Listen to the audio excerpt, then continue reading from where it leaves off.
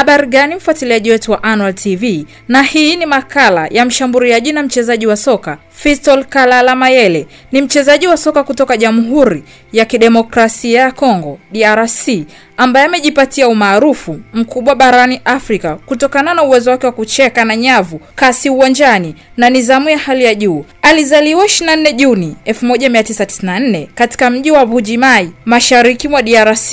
Tangu akiwa mdogo alionyesha kipaji cha hali ya juu katika soka, na hatua kwa hatua alijijengea jina kupitia ligi za ndani kabla ya kuanza kuvutia macho ya virabu vikubwa vya Afrika.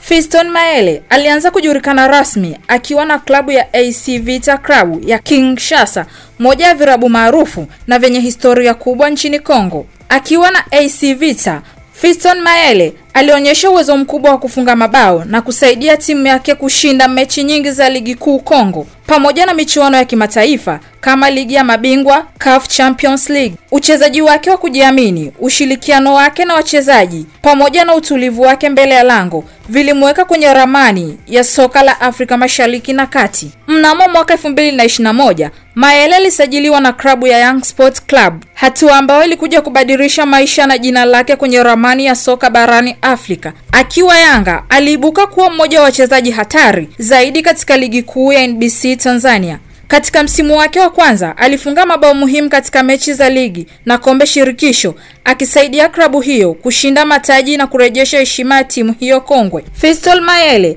alifunga mabao zaidi ya 15 katika ligi, huku akitamba katika michuano ya CAF, ambapo aliongoza Yanga kufika fainali ya kombe shirikisho Afrika mwaka 2023. Hatua ya kihistoria ya klabu hiyo na kwa Tanzania kwa ujumla. Mbali na uchezaji wake uwanjani, Mayele alikuja kupendwa sana na mashabiki wa soka nchini Tanzania kutokana na tabia yake ya kujiheshimu, kutokuwa na makuu na kujituma mazoezini na uwanjani. Alijitofautisha na washambuliaji wengine kwa kuwa na uwezo wa kutumia miguu yote miwili, kichwa na hata kukimbia kwa kasi ya ajabu.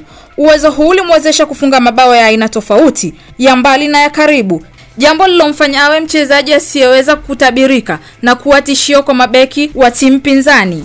Mafanikio ya Mayele yalivutia pia timu ya taifa DRC Congo, ambapo alipata nafasi ya kuitumikia timu hiyo maarufu kama Leopards. Ingawa ushindani katika kikosi hicho ni mkubwa, Mayele aliweza kuonesha uwezo wake kwa kucheza baadhi ya mechi za kufuzu AFCON na mechi za kirafiki, jambo lilompa uzoefu zaidi wa kimataifa. Mwaka 2023, Fiston Mayele alijiunga na klabu ya Pyramid FC ya Misri, moja ya vilabu tajiri na vinavyoendelea kuimarika barani Afrika. Uhamisho huo ulikuwa hatua kubwa katika maisha yake ya soka, kwani uliashiria kutambulika kwake kama mmoja wa washambuliaji bora kutoka Afrika. Ingawa aliondoka Yanga akiwa bado anapendwa sana na mashabiki, walitambua kwamba alihitaji kwenda hatua nyingine juu zaidi katika maisha yake ya soka. Kwa ujumla, historia ya Fiston Kalala Mayele ni simulizi ya mchezaji mwenye nidhamu, kipaji na kiu ya mafanikio. Ametoka kwenye mazingira ya kawaida huko Kongo hadi kuwa mmoja wa wachezaji wanaoheshimika barani Afrika.